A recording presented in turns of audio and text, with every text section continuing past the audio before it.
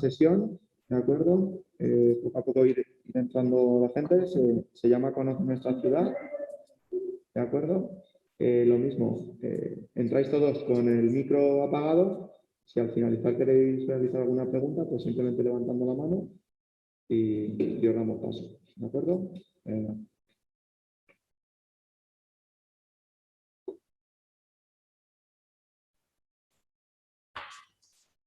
Hello, everyone. We are Lucia, Laura, and Irene. And today we are going to introduce you our city, Cuenca. The UNESCO World Heritage Committee inscribed the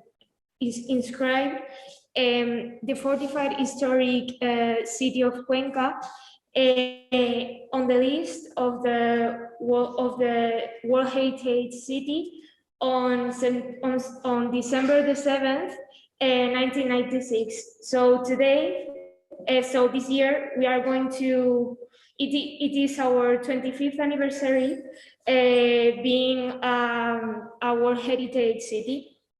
The origins of the city of Cuenca and its consolidation as an important population center can be traced to the Muslim domination. Following the year 711 after Christ, located on a high hill and encircled by the Júcar and Huecar River, the city has a great strategic value. For that reason, on the September 21st, 1977, the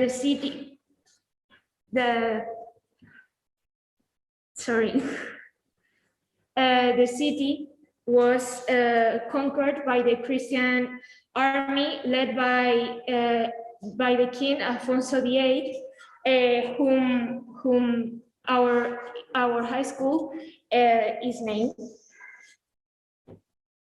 As the city was growing, the space it could occupy was less and less. So the architecture had to adapt to the available space as well as to the natural environment where the city is located. Therefore, they had to start building on the rocks and down, giving rise to the most characteristic landscapes in the city of Cuenca. The sceneries can be seen from both of the cycles.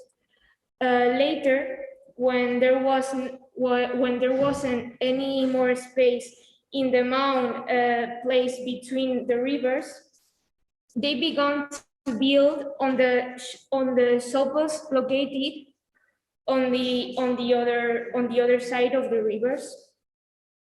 In this way, in the Júcar cycles is the barrio de San Antón, and on the other side is the old town of Cuenca. And in the Huecar cycle is the old town on one side and el barrio de los Tiradores on the other side. Now I am going to leave the word to my mate Lara. Hello everyone, I'm Lara, and I'm talking about the monuments Cuenca has. It has so many important monuments, but most of them are located in the old part, in the old town, and they are the most known ones too. First, we have the skyscrapers here, and they were built in the 15th century, and they were the first skyscrapers Spain has. Then, by its side, we have the San Pablo's Bridge, El Puente San Pablo. It was built in the 16th century with stone, but that one fell, and they had to build another one with iron and wood in the 20th century. This bridge is 60 meters high and 100 meters long. And well, from that bridge, we can see the hanging houses, las casas colgadas, which were built in, we don't exactly know when they were built, but they said it was between the 13th century and the 15th century. And they are given this name because of their hanging balconies. And two of these houses are now used as the Museo de Arte Abstracto Español, the Abstract Art Museum. And well, on the right, we have the Arco de Vezudo. That's an arc built that is part of the old Christian fort that was here before, and it was built in the 16th century. There's just a little left of that fort, but that's part of it. Next, we have the Mangana Tower, La Torre Mangana, and that's a clock tower located in the square with the same name, the Mangana Square. And it was built in the 15th century, but then it was restored in the 20th century and they added more things. In that same square, we have the Monumento a la Constitución that was designed by Gustavo Torner. Apart from this, on the other side, in the middle of all this old town, we have the Plaza Mayor, the main square of Cuenca, where we can also find the town hall and the cathedral that was built in the 12th century. And this cathedral was restored and changed along the years. And well, now you can visit it as a touristic place too. And we also, well, that's what we have there. Those are the monuments, the important monuments that are part of the Cuenca's heritage. But not only that, but we also have more things, places that you can get to walking through the unsymmetrical streets of the old town. You can get to places like the Zapateria Street with its buildings with colors typical from Cuenca, or you can get also to the Plaza de la Merced, the Merced Square, where you can find the Science Museum, the seminary, and the Merced Church. And you can also get to the Federico Muelas sculpture. That's Federico Muelas is a famous author who was born here in Cuenca. That's why we have his sculpture. And well, and as you can see in the photographs, Cuenca's urban structure is a little bit irregular. It has no planning. That's so typical from the Middle Age. They used to build houses without planning. And you can see that on those streets. They are narrow streets too. They didn't plan them before. And well, that's all that gives Cuenca its essence. Now I'm going to let Lucia talk about more about Cuenca. Thank you.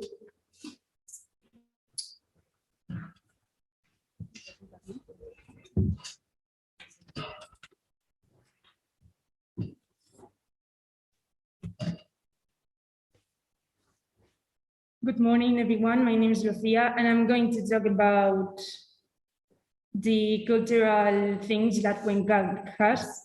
I'm going to start talking about the Fundación Antonio Pérez, located in the former Convento de las Venitas Descalzas. This foundation was established using the artworks, painting, prints, sculptures, books, and more that Antonio Pérez had been gathering over the years. In its galleries, we find abstracts and pop art by Spanish international artists like Saura, Zobel, Saura, Rueda, and Turner, among others. Then I'm going to talk about the Museum of Abstract Art, situated in the Casas Colgadas. This fine museum is one of the main points of attraction of the city. In 1976, artist Fernando Zobel brought his personal collection of Spanish abstract art here, a collection that he had been constantly adding to over the years. The most representative artists of the 20th century Spanish abstract movement can be found here: Turner, Saura, Reda, Chillida, and Tapiz, and more. Situated in the Plaza de la Merced, this science museum is housed in two buildings, an ancient convent and its modern addition. The scientific resources is centered around the time, and it explains through an astronomical gallery, a planetarium, an exhibition called The Treasures of the Earth, with geology and paleontology, and the history of the future. The paleontological heritage of Castilla-La Mancha features two of the most important paleontological sites in the Western Europe in the province of Cuenca, Los Hoyos and Lohueco. These sites contain unique and extremely well-preserved dinosaurs and other animals' fossils. This paleontology museum provides an educational and entertaining manner in which they illustrate this land of dinosaurs and to gather firsthand knowledge of intrinsic and unique examples such as the Concavenator, a carnivorous dinosaur which lived in the early Cretaceous period around 130 million years ago, known as Pepito. And the holidays and festivity here in Cuenca, it is very important to talk about the Holy Week because it's the most important celebration here in Cuenca and the one that supports the life of the city. Declared of international tourist interest in 1980, it faithfully represents the biblical chronicle of the events of the Lord's Passion and its processional parades. 33 brotherhoods, 43 images, and 10 processions give shape to a tradition of incomparable beauty, which in the city of Cuenca involves more than 200 Nazarenes. We hope to see you very soon, now that when COVID ends, and this is all. Thanks for listening to us.